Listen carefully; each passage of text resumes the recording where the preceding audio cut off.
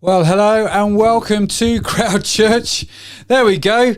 Hi and welcome. How you doing? That kind of snuck on me a little bit quicker than I was expecting to, not going to lie. But there you go. We'll get the intro nailed at some point, I'm sure.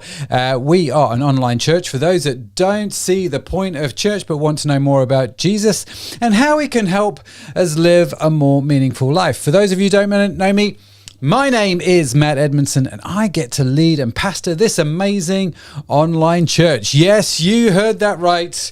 We are an online church, and why not, right? Now, it doesn't matter where we meet or how we meet, just that we get together. So it's really great that you're here with us. Thanks for joining us online. Make sure you say, how's it in the comments? Come say hello. Let us know where you're watching this stream from. Be great to hear from you.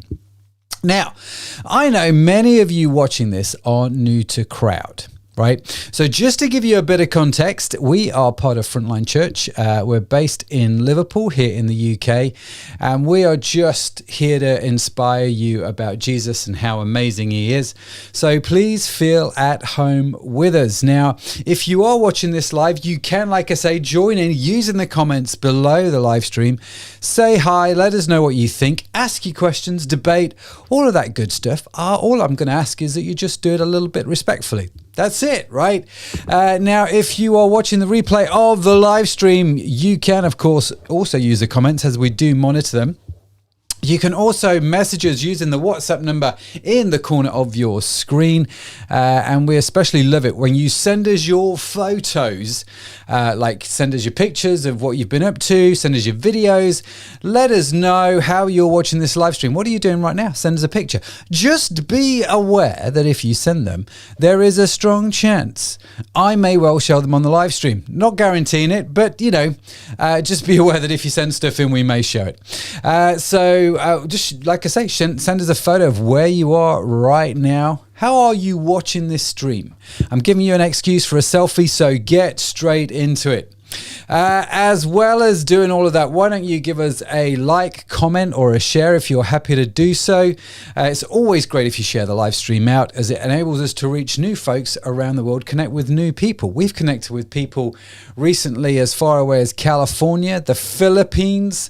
I mean, some exotic places, let me tell you. So it's great to connect with new folks from around the world. So do say hi. Okay, so let me tell you what is coming up in today's church live stream. In a few moments' time, we are going to hear from the amazing Jenny Mariner. And Jenny is going to be sharing with us about politics and religion. And should religion and politics mix together? You're not going to want to miss this. This is a great talk by Jen, who also happens to be, as well as a Christian, she is a history teacher and politics teacher. So this is what she does day in, day out. So I'm looking forward to hearing her viewpoints on this, especially given what has happened in the US of A recently, right? So do stick around for that. Now, after Jenny has shared with us on religion and politics, the two things that we should never ever talk about, I was told as a kid.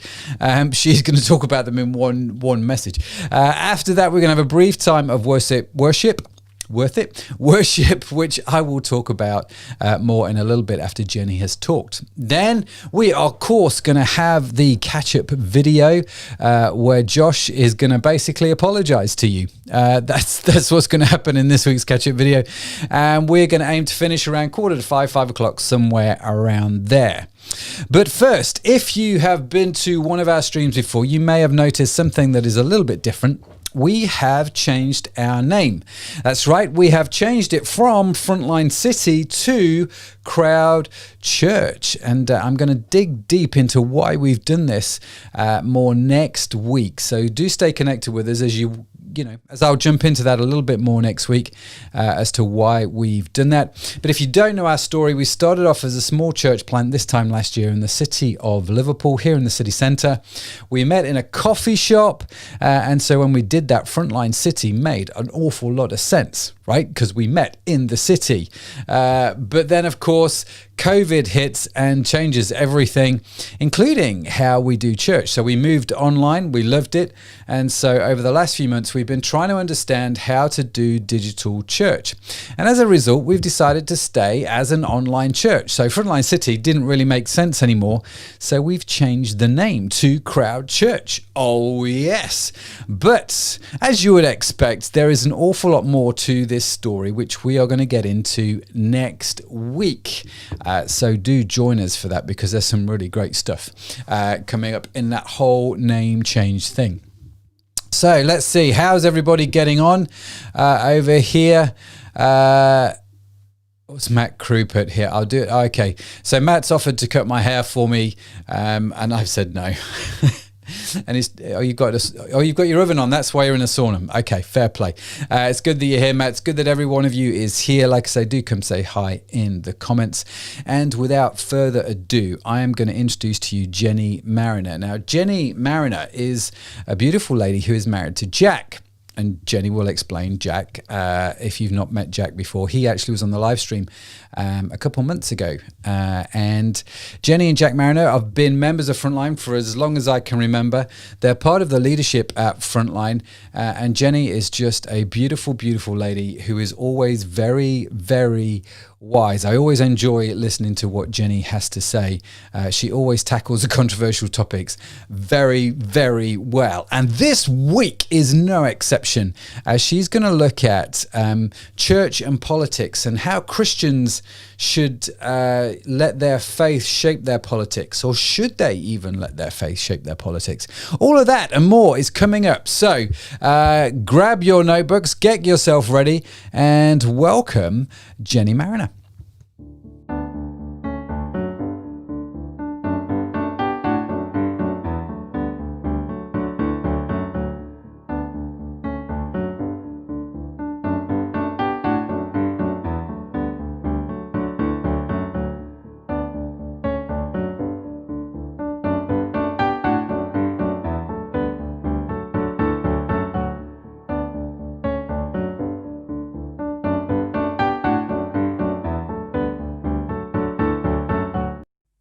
Good afternoon. My name's Jenny. It's an absolute pleasure to be with you this afternoon. I've not contributed to this afternoon online service before, so I thought I would start by giving you a little introduction to myself. I'm married to Jack. He was with you a couple of weeks ago. He was talking about, is it okay to be angry? We've got 2 small children at home, and I spend some of my time with them, and when I'm not with them, I'm also a secondary school history teacher.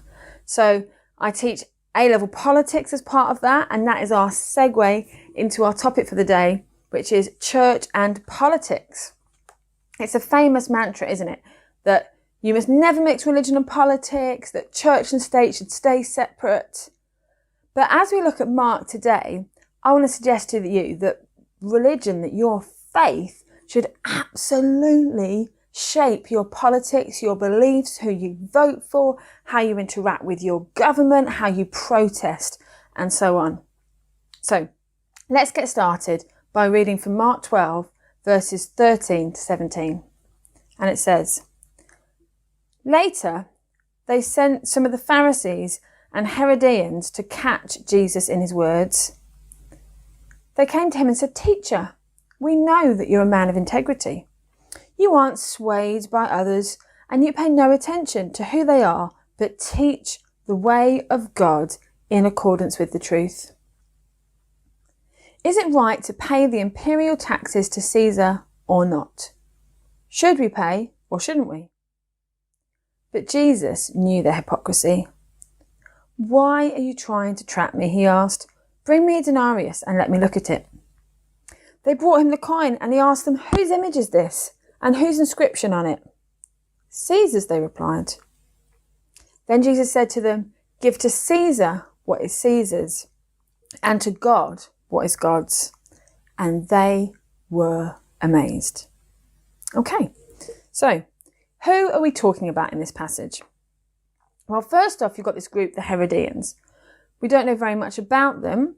They're only mentioned a handful of times in the Bible, but we do know about Herod, who was the king of the Jews at the time.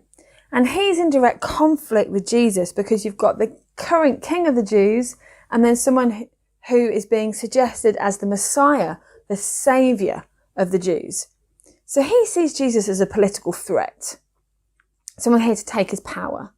And these Herodians are out to try and actually catch Jesus to prove that he is a threat. And then you've got the Sanhedrin who sent them. Matt talked about the Sanhedrin a couple of weeks ago. And they're the religious authority in Jerusalem. So again, you've got this conflict between people who have authority and Jesus who speaks with authority. Their goal is to catch him, to trap him out, and to find an excuse to arrest him and to execute him. Do you know this is still something that happens to powerful figures today? Think about the US election that we've just had. People are asking questions in interviews, but it's not really about the answers, it's about trying to find ammunition sometimes. Can I get that sound bite which makes them look bad, which will make it to the evening news? Can we knock them off their pedestal, depopularise them? Exactly the same thing is happening here. And Jesus knows what's going on. He's not soft. He wasn't born yesterday. He says to them, "Why are you testing me?" He cuts right to the core of their attitude rather than their actual question. Why are you testing me? What's going on in your heart?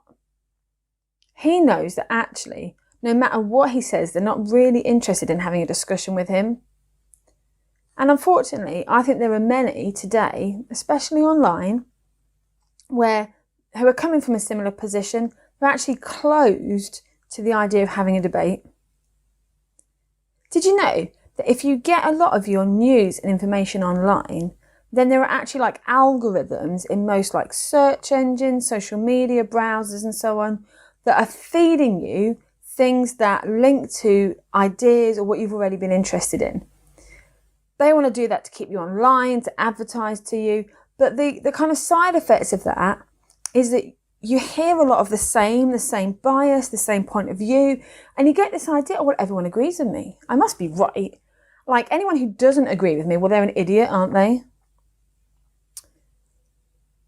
In fact, I want to suggest that even if you're a Christian watching this today, you can still fall into this trap of thinking that all other Christians must agree with you. And that if they don't agree with you, then you're the one that's right and God's got something he needs to teach them. The truth is that within any group, even within Christians, you find people who support different views, who vote different ways for different reasons. I said that I was going to say how your faith should impact the way you vote, and I do think it should. And we'll get onto more of that later. But I would never actually dream of telling you how to vote, because I think you get Christians, committed Christians who love Jesus, as members of all different political parties, voting for all different political parties. It depends on what issues are most important to them, on the figures and leaders at the time, on maybe their interpretation of scripture on certain issues. And I just want to challenge us to be open-minded to that, to be open to discussion with people. Okay, that's your point of view. You voted for that person. Why? Let's have a conversation about that. Let's think about engaging and understanding someone's reasons rather than just trying to catch them out. So there you go. That's my first political challenge. How do you respond to people that are different to you? Do you respect them for thinking differently? Do you want to have a great political debate?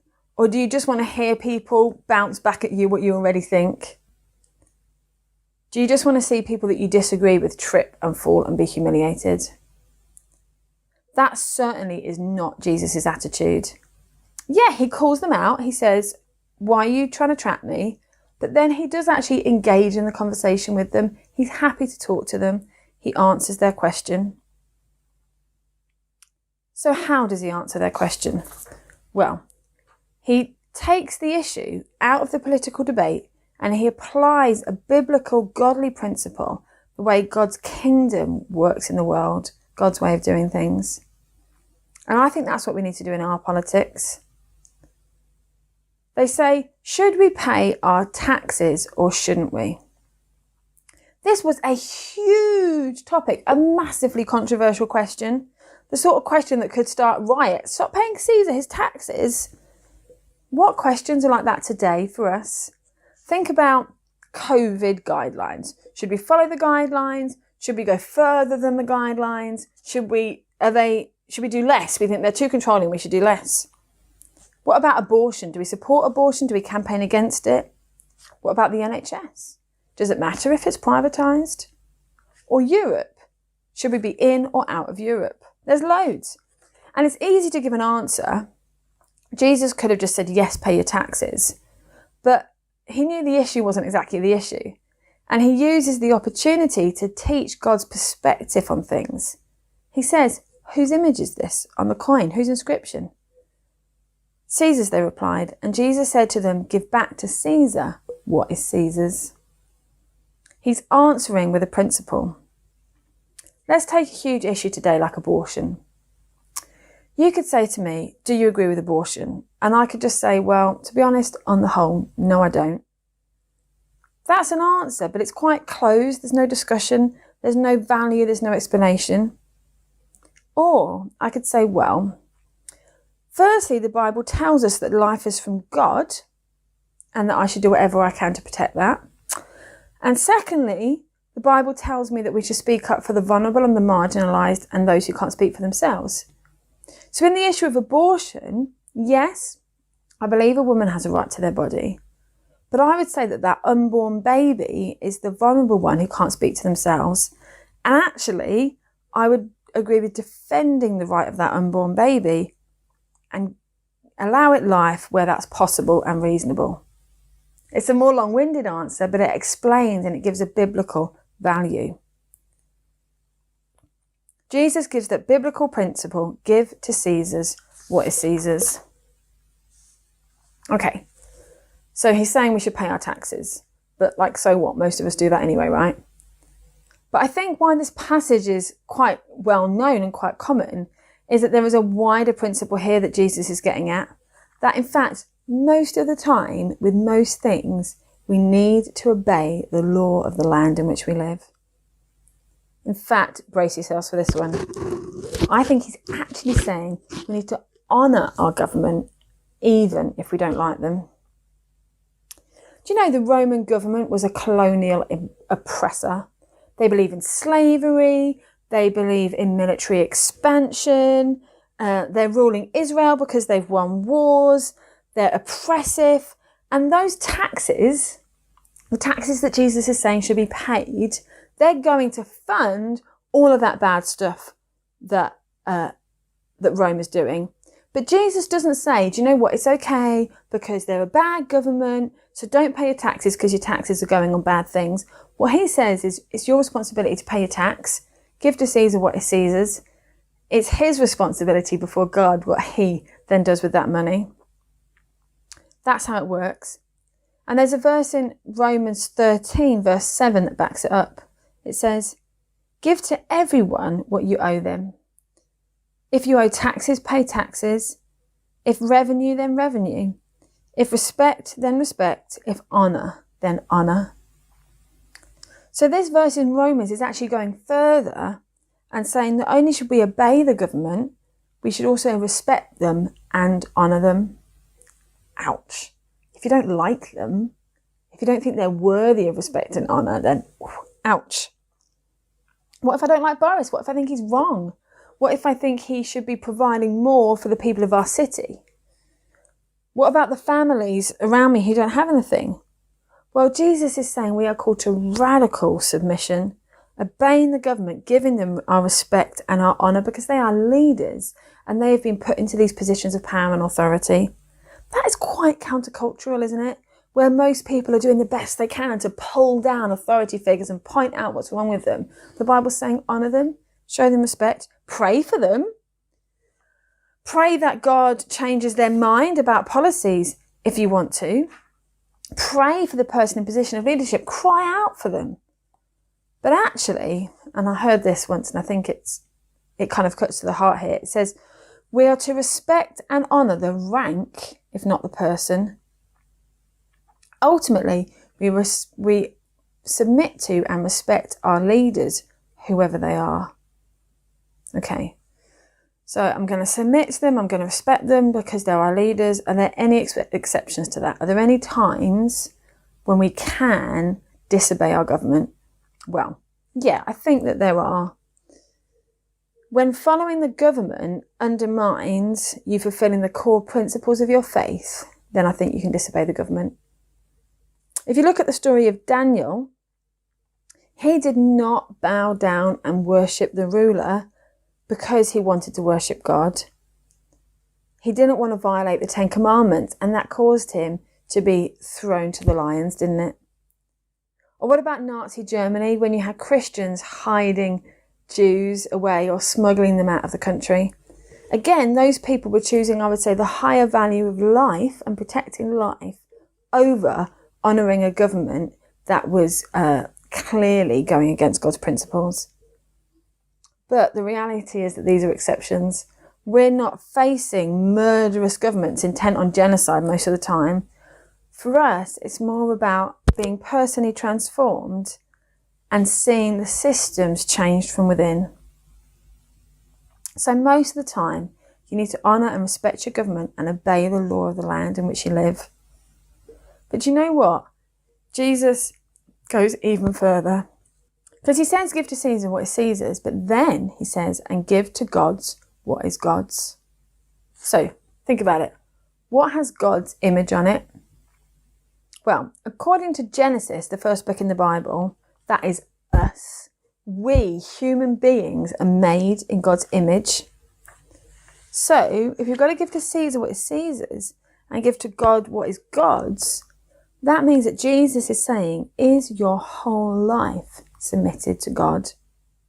So Jesus is calling out their motives. He's answering their question with a biblical value. And then he's saying, are you submitted to God, or are you just about obeying him but actually doing the best you can to assimilate into the society that's around you? People often say that religion should be left out of politics, but I think that Jesus is saying that religion should absolutely be brought into politics, that you are called to use your body, your voice, your vote, your talents, your skills to stand up for God and his principles. And sometimes that will cause you to stand out from the crowd in an unpleasant way. And sometimes that will bring change for the good in our society. Take my view on abortion, right? It's not culturally popular. Part of me didn't even want to admit it online, even in like a church context like this. But what I was suggesting, what I was saying, is my interpretation of scripture. It's based on a biblical value. And actually, God is saying, no, you need to stand up and speak out for what you believe is right. So now you might be a little bit confused, because I'm saying on the one hand, you need to obey the law, respect and honour your government. But on the other hand, you need to use all your gifts and talents and skills to speak out for God's kingdom and for the truth.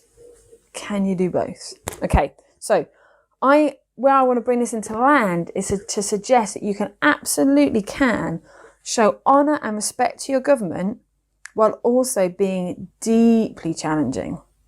And I think the most obvious example of that all of us know of is Dr. Martin Luther King with his civil rights protests in the 50s and 60s. He was deeply challenging to the government. He caused a change in the laws of the land in which he lived, and yet he always obeyed the laws. I mean, if you know about the details of the civil rights protests, then when they were doing things like the sit-ins, black and white people eating at the same restaurant, or the freedom rides where black and white people were on the same bus, then those particular organised protests were actually breaking Jim Crow laws. But in Martin Luther King Jr.'s day-to-day life, he followed those racially segregated laws, even when they were humiliating, even when they were dehumanising for him personally. And he protested in as peaceful and as honouring way as he possibly could. And as I said, he brought around major change, and he's still famous for the powerful way that he did stand up to inequality. So the point is that you can be respectful and radical at the same time. So what is your issue? Why don't you type it in the comments now? What is the thing that makes you passionate? Maybe you want the government to do more to protect the environment. Maybe you think that there should be better funding for healthcare for the elderly. or more support for children who are living in poverty and lacking in food? What's your issue? What is the biblical principle? And how can you use your gifts and talents to bring a change while still showing respect to the government just because they're the government? So I've come into land now, but I want to just recap what I've gone through. Firstly, what is your motive? Are you open to conversation? Are you able to be respectful of those around you who don't agree with you? 2, what is the biblical principle on the issues that are important to you? 3, always be respectful of the government and follow the laws of the land in which you live, apart from in really extreme circumstances. But 4, if you're a Christian, if you've said, God, I want you to be in charge of my life, then is your life fully submitted to him? How can you stand up and be an agent for change, even political change, in our country? So I hope that somewhat answers that question that absolutely religion and politics should mix. They have a lot to do with one another. I hope that's interesting. Like I've said, do put your comments below, and it's been an absolute pleasure to be with you. Thank you. Wasn't that fantastic? Thank you so much for doing that, Jen. That was Jen's first talk with us here at Crowd, and it was brilliant that she was willing to do that. So thank you so much for coming and talking to us about politics. Really, really good, really helpful, really clarifying. I don't know what you found out about what you found out. I don't know what you thought about that, but I thought that was a great talk about that, and very, very challenging. No nonsense, right? You've got to think it through. You've got to think about what Jen said. So, what about you? What was your takeaway from that talk? What did you get out of it? What are you chewing on right now? Even if you're not a Christian, right? What are you kind of thinking about? And if you are a Christian, where have you been challenged? Because, yeah, it's a challenging thing, right, to get into this kind of thing. So do have a little bit of a think about that as we go into our time of worship. Now, if you're new to the stream, what we do after the talk is we play a song, we play a worship song. We're just going to go into a time of what we call worship. Now, you may not want to sing along, which is fine. If it's safe to do so and you want to, you're more than welcome to sing along. The lyrics will be on the screen. But wherever you're at in your faith journey, we're just going to use this time now to either think about the words of the song, or we're going to think about the words which Jenny has talked about and just chew on it and mull it and just give it space to breathe in our thinking. What do you think about it? What were the takeaways of that? Now, the song that we're going to do now, the song that we're going to play, the worship track, is called The Lion and the Lamb. And let me give you a bit of context about this song. It talks about the second coming of Jesus. And when he comes back the second time, we get this amazing picture in the Bible of the whole world being like transformed in an instant, right? Every king, every kingdom will see him and be left in no uncertain doubt that he is the returning king, that he is King Jesus, right? We're just gonna know. And ultimately, the Bible talks about how we will all bow down before him. In other words, we will all see that actually our own power, our own accomplishments, whatever they are, will not be anywhere near to the magnitude which he had. Everything will sort of bow down into worship, because it will just pale into insignificance. Do you see what I mean? And we're going to have to stand before him and give an account for our lives, because we're all going to see him. And this song talks about kings and kingdoms bowing down, but also individuals. And the song uses two animal metaphors to describe Jesus in the song, which is worth knowing about. The first one is the lamb. Jesus is a lamb. Now, in the Old Testament, the lamb would be sacrificed for the sins of the person. So a person would commit sin or commit wrongdoing throughout the year, and they would go to the temple and they would sacrifice a lamb, and the lamb would symbolically take the sin and the punishment for that person upon it, and that's why it had to be sacrificed, because the ultimate punishment for sin was death. And that is what Jesus did for us, right? So scripture talks about him being the lamb of God, and he talks about how Jesus took upon himself our sin, and he paid the penalty for that sin, everything that we did wrong. He died, right? But we know he didn't just die. We know he rose from the dead. And so the second picture this song uses is a picture of a lion, the exact opposite of a lamb, right? Not a meek, mild little lamb. No. The lion is fierce, and it is a king, and everybody knows it. And Jesus is both the sacrifice, but he is also the conquering king. And as we think about politics, and as we get into this sort of line of thinking, I find it's always very good just to center my thoughts on the fact that actually it doesn't matter who the prime minister is or isn't, or who the king or queen is or isn't. What matters is that Jesus is still Lord. So as we sing this song, like I say, just mull on the words, sing along if you can do, and I'll be back when it's finished.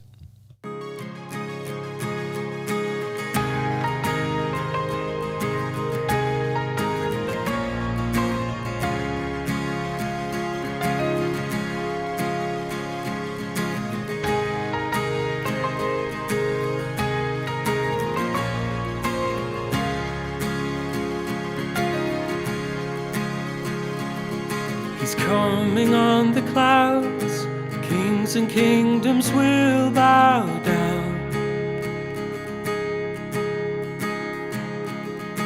Every chain will break as broken hearts declare his praise. For who can stop the Lord Almighty? Our God is the Lion of Judah. He's roaring with power and fighting our battles. Every knee will bow before him. Our God is the Lamb that was slain for the sin of the world. His blood breaks the chains, and every knee will bow before the Lion and the Lamb. And every knee will bow before him.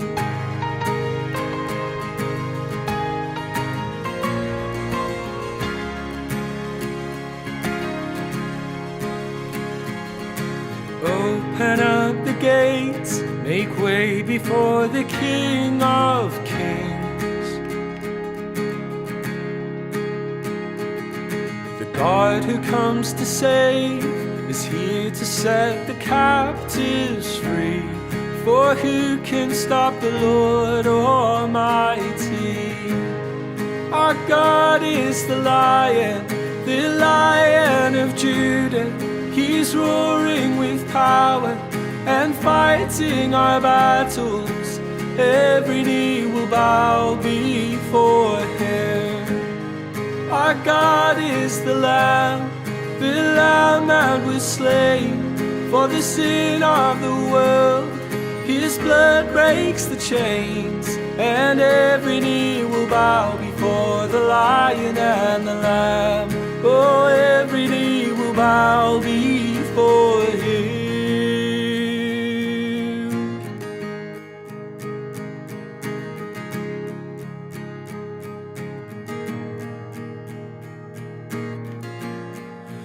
Who can stop the Lord Almighty?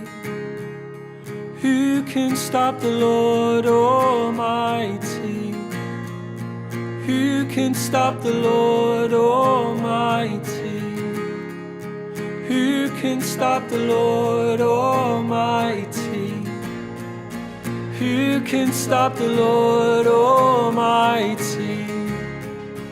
Who can stop the Lord Almighty? Who can stop the Lord Almighty?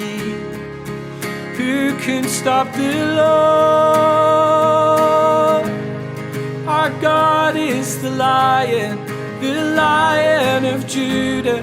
He's roaring with power and fighting our battles. Every knee will bow before him. Our God is the Lamb that was slain for the sin of the world. His blood breaks the chains, and every knee will bow before the Lion and the Lamb. Oh, every knee will bow before him.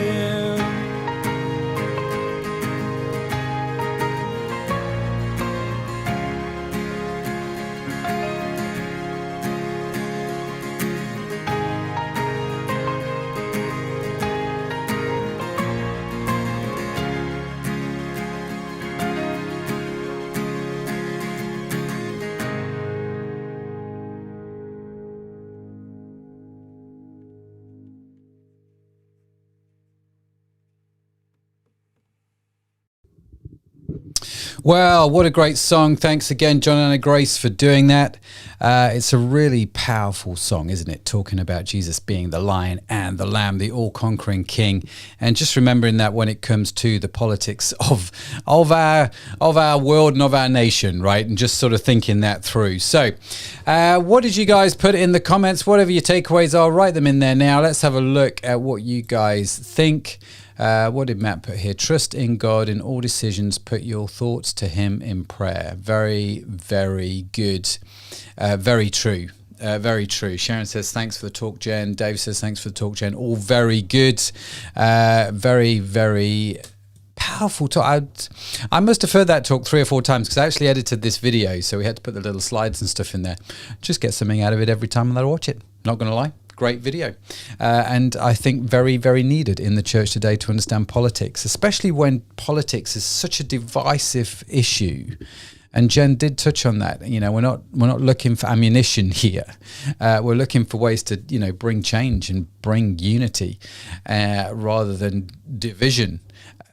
Anyway, so I'll tell you what I'm going to do now, as you guys are just finishing up typing. I am going to bring on Josh with this week's catch-up, and then I will be back in just a few seconds. I'm looking for the little button on my pad here, which I actually turned on this week. Thanks for the reminder. So here's Josh for catch-up.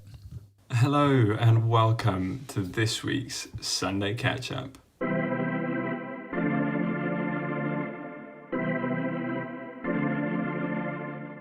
For those of you who don't know me, allow me to introduce myself. My name is Josh Edmondson. I am a student at the University of St Andrews studying theoretical physics. For those of you who never watched the stream before or are new here, welcome. We love having you. It's great to virtually see you here. Let me just quickly explain what Catchup is. So Catchup is that part of the stream where we look at videos sent in from members of the community just so that we get to see what everyone's been getting up to throughout the week. Now, before we get any further, let me deal with the elephant in the room. I know that some of you are probably thinking, Josh, what on earth is that on your face? I know, it's pretty bad. This is like 3 weeks of me trying incredibly hard to grow a beard and it's just not happening. Me and a couple of my friends, right, decided that we would do this whole No Shave November thing just for a joke. We've done it the past few years. This year it was no different. We were like, okay, let's do this whole No Shave November thing. And so this is the result. And I do apologize. But I figured, if there was a time to try and grow any semblance of facial hair, it would probably be at university outside of the range of my mum and nan's tweezers, because I did not fancy having each hair plucked out of my face one by one.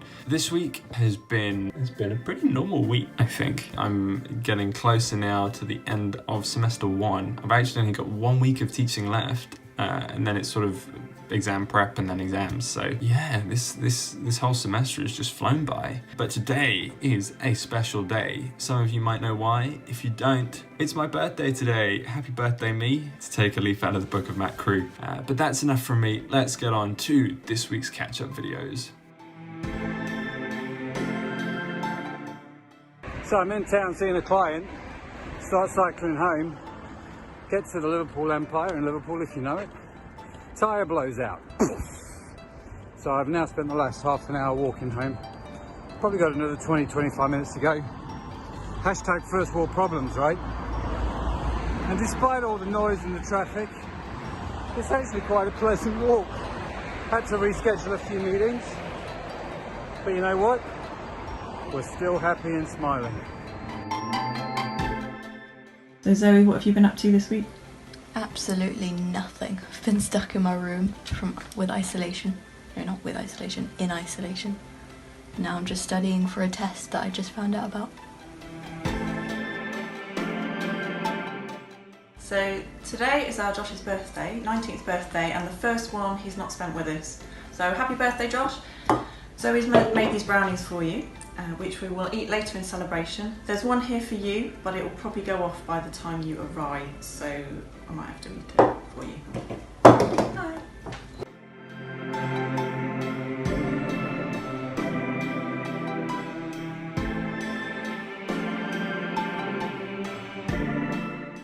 Great, thank you very much for sending those in. I love watching the catch-up videos. We love watching the catch-up videos. So please, please, please, please send in your catch-up videos to the WhatsApp number that you will have seen throughout this service. Honestly, I do really enjoy seeing all the catch-up videos that you send in, and I would love to have a bit more of a diverse selection of catch-up videos to put into this video. That's all from me. I hope you have a fantastic week, and I will catch you next time.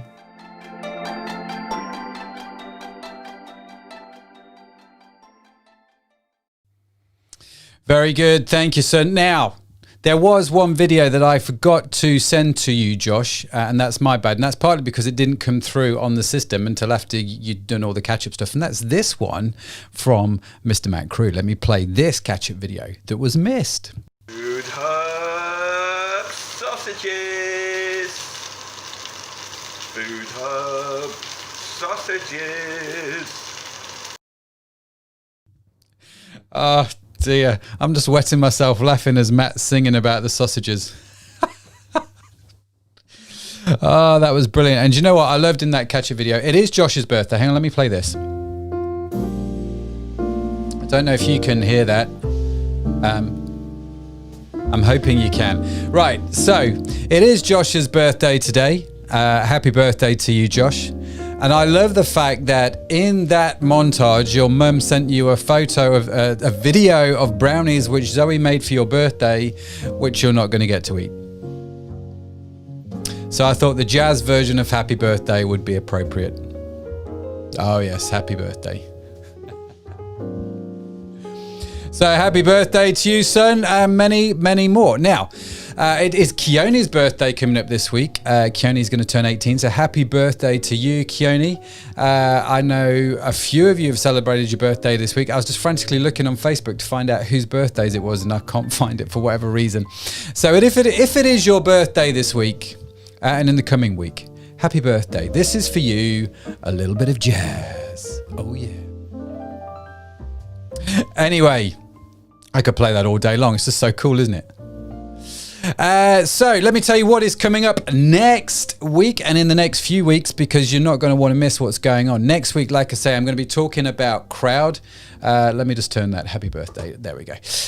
Next week, we're going to be looking at Crowd and why we've called the church Crowd and what we're expecting to happen, what we plan on doing and all that sort of stuff. So that's going to be really, really interesting. Do come and join us for that. Really psyched about what's going on here and really excited by it. So we'll talk more about that next week. The following week is the 6th of December, which makes it the first weekend of December. Oh yes. So let's have a bit of a Christmas jingle.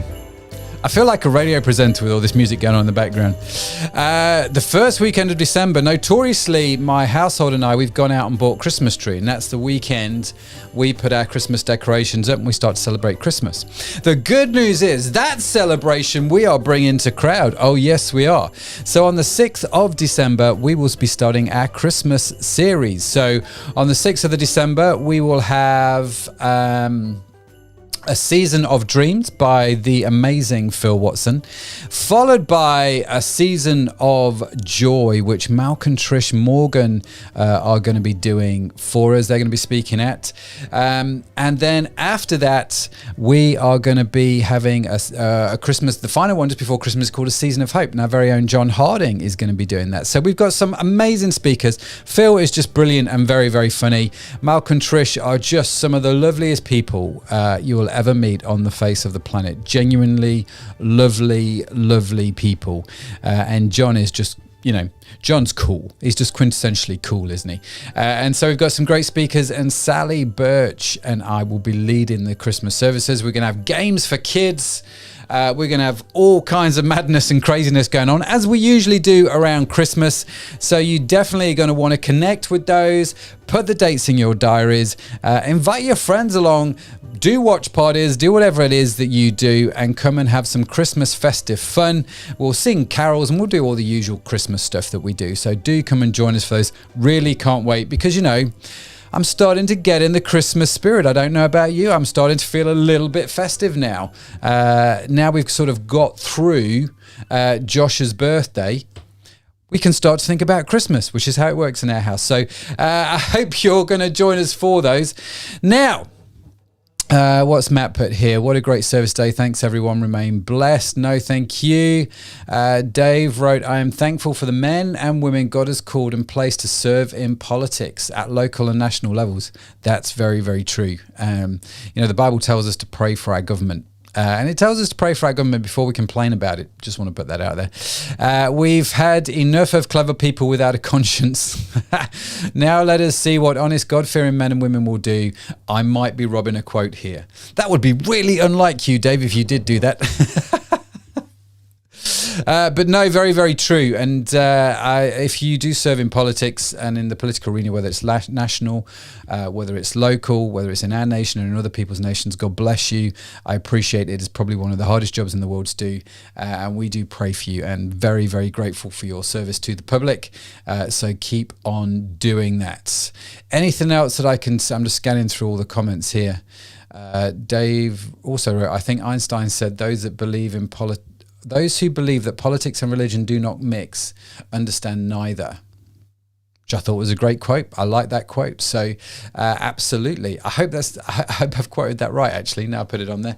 Excellent choices for Christmas preachers. Yes, absolutely. It's going to be good. It is going to be good. I'm looking forward to Phil Watson's talk. I'm not going to lie. He's such a legend, such a funny fella.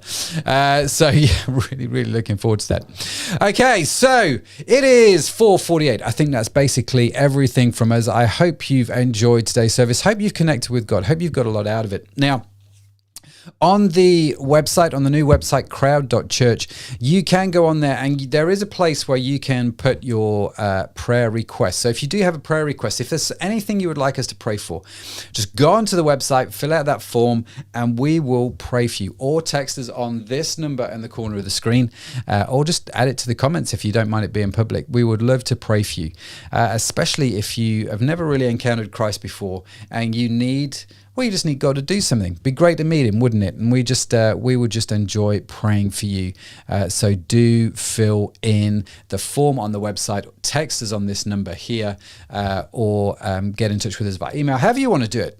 We would just love to hear from you and connect with you and pray for you if we can. So make sure you do that. Make sure you come back next week as we carry on looking at how Jesus totally inspires us and how he really is the key to living a meaningful life. God bless you. Have a great week wherever you are, and we will see you again.